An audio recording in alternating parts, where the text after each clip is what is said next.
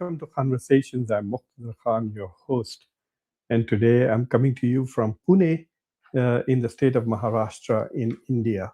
Uh, Today, I want to talk to you about the escalating war between the US and Europe over essentially Greenland.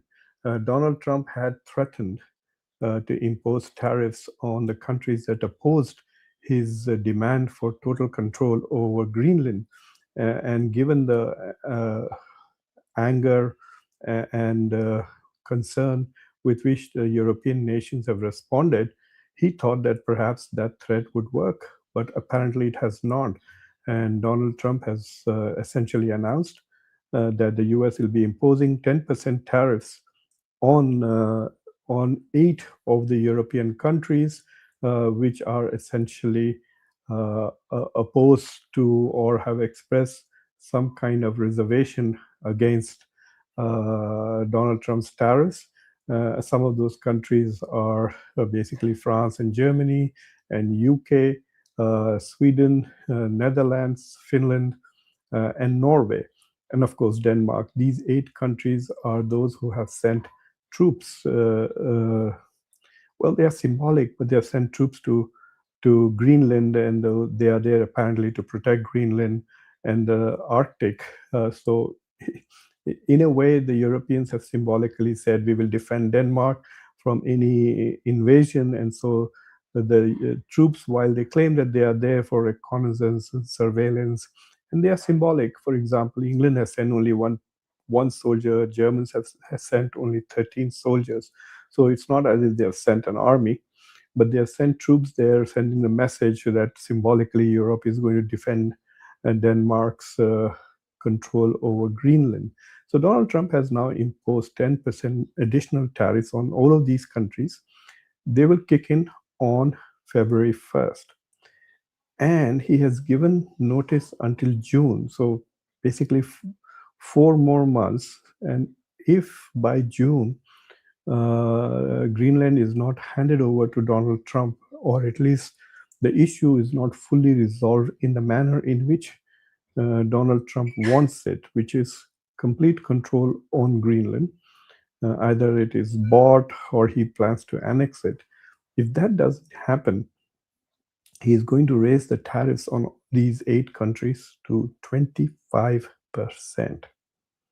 Now, that is pretty huge, and that should basically undermine US Europe trade relations, especially with the big countries like Great Britain, France, and Germany, with whom the US has very robust trade.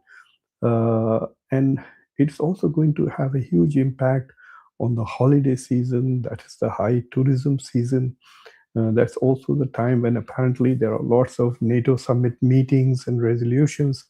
And so it is difficult to imagine anything positive coming out of NATO meetings while a trade war between Europe and other countries, between US and European countries, is ongoing. So the deadline for June is very significant. But the real issue is today. So if the US Supreme Court, which is going to decide on January 20th if Donald Trump's tariffs are legal or not, and if the Supreme Court decides that Donald Trump's tariffs are illegal, then then the whole issue is moot. But I'm not sure. The Supreme Court has defended Donald Trump and has sided with him on almost all major issues. So it is quite possible that the Supreme Court will find some way to say that, well, what Donald Trump is doing is not entirely illegal. Because if all of those tariffs are basically deemed illegal, then not only Donald Trump's foreign policy will collapse, his presidency will be basically ended in a way. He will be rendered completely lame duck. But not only that, the US will have to literally return billions and billions of dollars, and we wouldn't even know how to return it and who to return it to. So it's going to be a total mess if the Supreme Court decides that Donald Trump's tariffs are illegal. But Scott Bessent, the Treasury Secretary, has said repeatedly that even if the Supreme Court deems that the tariffs are illegal, the Trump administration will find some way to go forward and use the tariff. There are other, uh, at least in their mind, there are other legal avenues by which they can pursue this. And of course, this will also create a constitutional crisis, saying that when it comes to foreign policy and national security, the commander in chief has should have very broad latitude to protect the country, and that is what Donald Trump has essentially invoked by saying that there's an emergency, an economic emergency, and so under that he has been imposing the tariffs. But for the first time, the Europeans have hit back. And this is interesting to see that until now they were basically surrendering and bending the knee to Donald Trump. But this time they have come back with three potential blows that they can strike against Donald Trump. The first one is they're waiting to hear from the Supreme Court. So if the Supreme Court decides that the tariffs are illegal, then the Europeans have to do nothing. But I mean, they have to worry about an invasion by Donald Trump on Greenland, but not the 10% tariffs on these 8 countries. But if the Supreme Court says they are legal, then they are planning to take a vote. So they have three weapons or three blows that they have lined up to hit the US with. Number one, they have suspended about $108 billion worth of goods, exempted them from tariffs after the trade deal between Trump and European Union. It's about 93 billion euros. So what they are going to do is they are going to basically reinstate those $108 billion on very specific US goods, such as Boeing jets, the alcohol, the bourbon that the US exports, on US motorcycles like Harley Davidson, etc. So this package of $108 billion worth of tariffs, or tariffs on $108 billion worth of exports of the US, some of them are also agricultural products, which will hurt people who have supported Donald Trump. The Europe had prepared these packages to retaliate against Donald Trump's original tariffs, but they had never really implemented them. So the packages are there, they are sitting on the shelf, and so they are planning to launch them. So that will be the first blow that the European Union will score.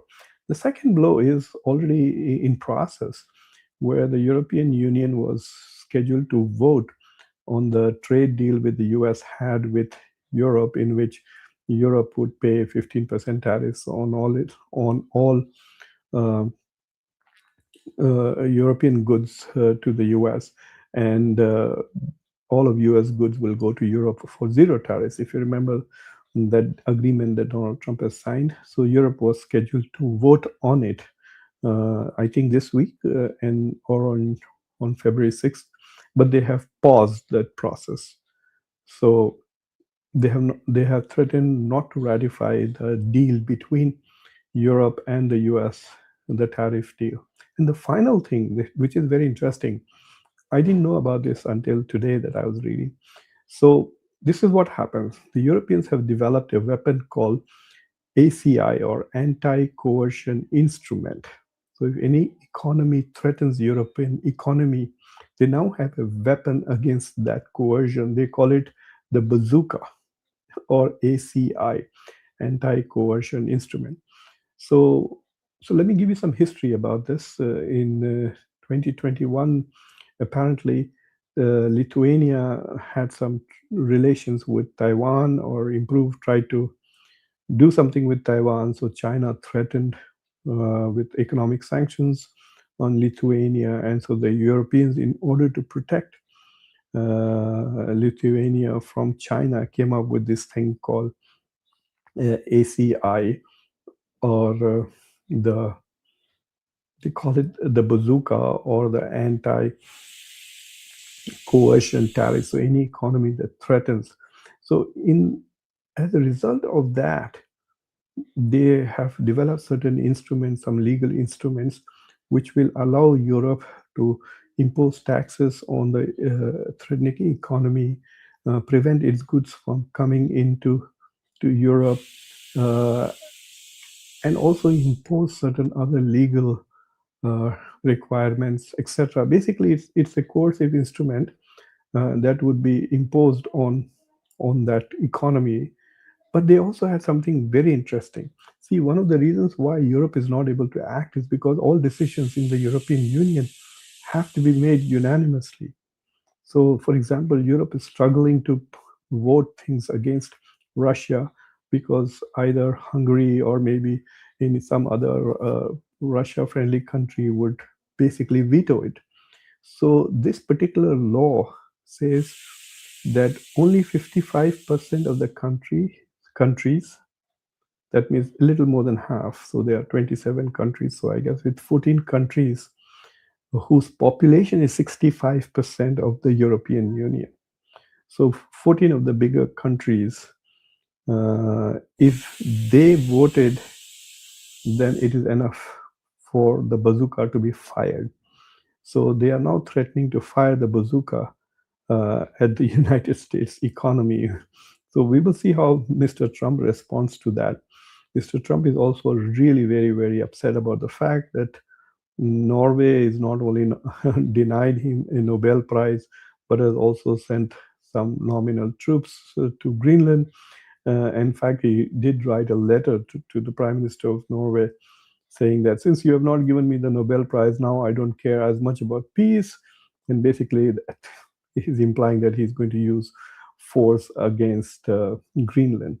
And to make the point that he's very, very serious, Donald Trump has actually sent new military aircraft to the US base in Greenland. So the, while the Europeans have sent some soldiers, the US has sent some aircrafts to the base in Greenland and shored up US air capacity in the region.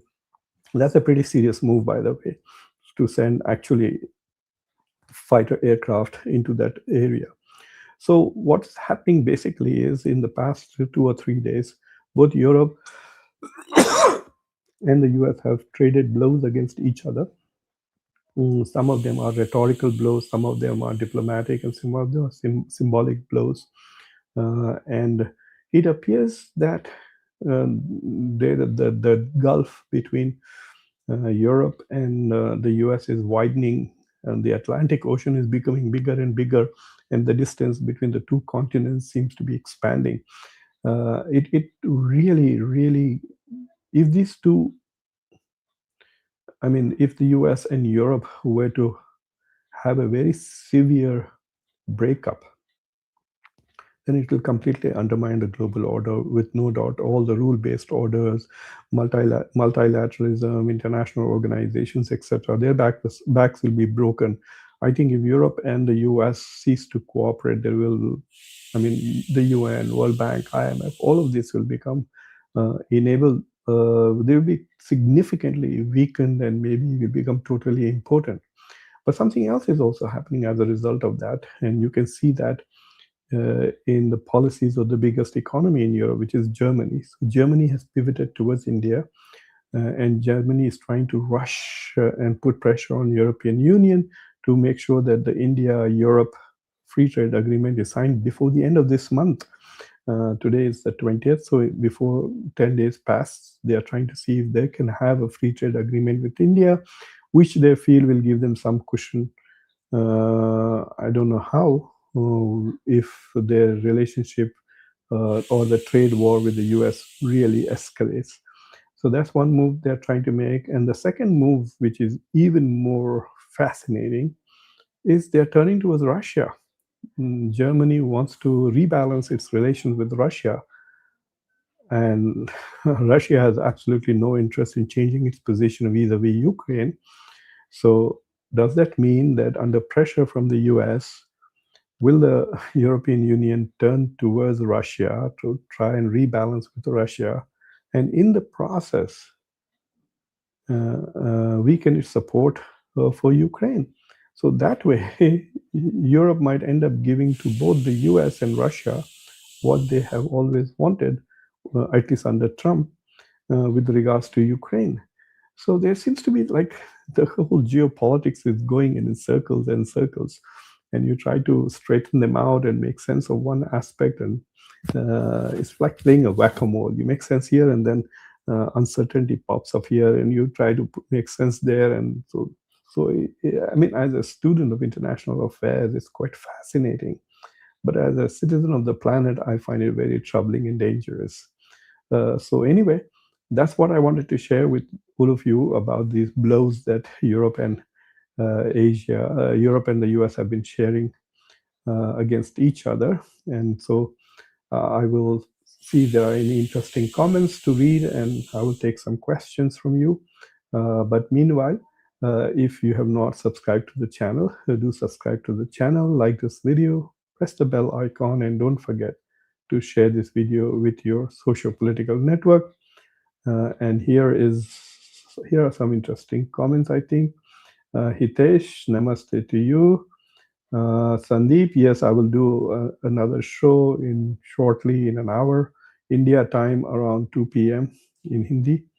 And I will talk a little bit about this, but I will be talking more about the visit of the president of UAE to India yesterday. And yes, I will think of doing something on US Canada too. Especially, I did talk a little bit about US Canada when I talked about Canada's pivot to China and Germany's pivot to India. I think I did that show 2 days ago.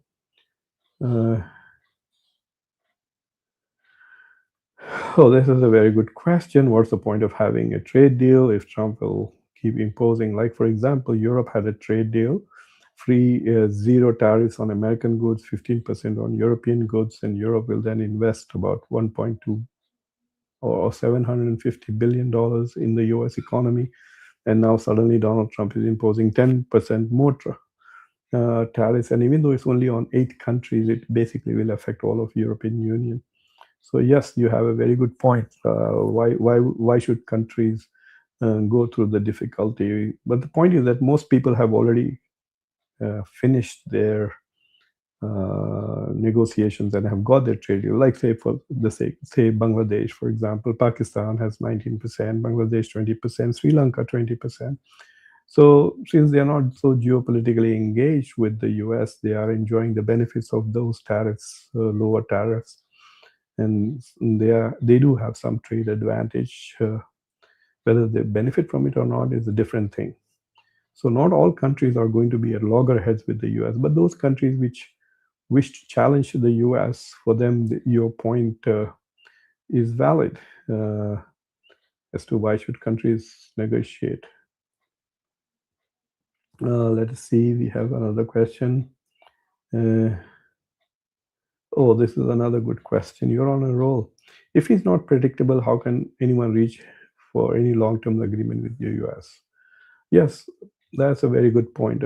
Unless you can predict how the US economy is going to fare, how the US economic policies are going to be, you cannot make big investments and big deals. There's no doubt about it. It's like saying that, okay, there is 0% or some kind of a subsidy for countries which are going to invest in the US semiconductor industry. And then you decide, okay, I'm going to invest $10 billion.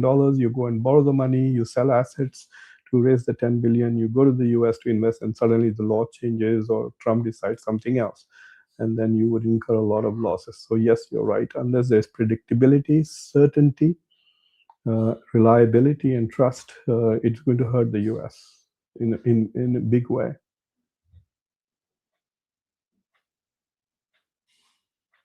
Satish Kumar, yes, you're right. Trade deals with the United States are no good.